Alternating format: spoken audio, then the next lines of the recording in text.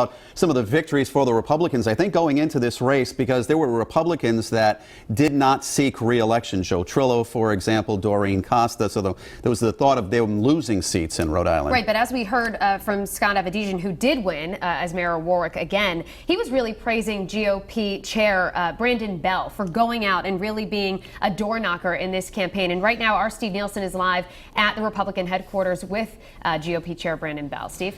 Exactly. We want to talk to the chairman tonight about, the party as a whole and how they did tonight. But really, the headline of the night here is what's happening in the Frias Mattiello district seat.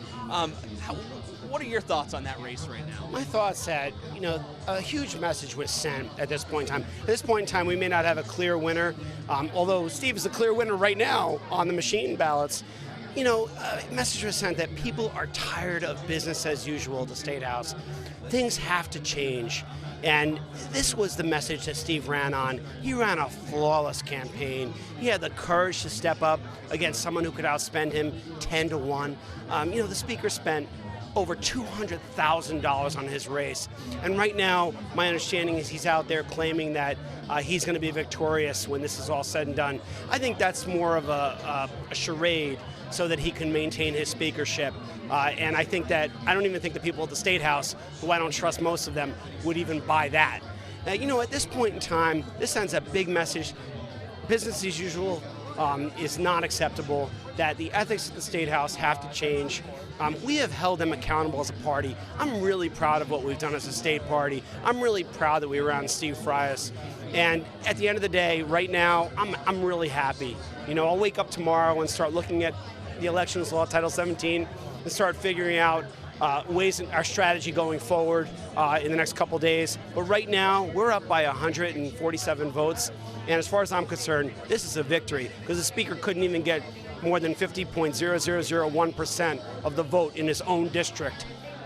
Moral victory is what you're saying. Oh, absolutely. And I'm cautiously optimistic that this is going to end up a victory where the speaker's going to have to concede. When we talk about your party as a whole, though, there were several members at the State House, Republicans, that chose not to run for re-election for various reasons. How did your party do tonight? I think we did okay. Look, normally in presidential years, because of the high turnout, we lose seats.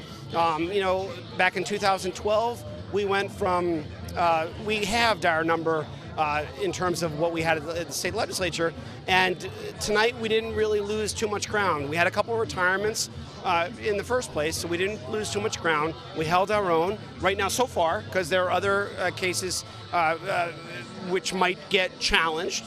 But right now, I think we did really well overall. I'm happy with the result.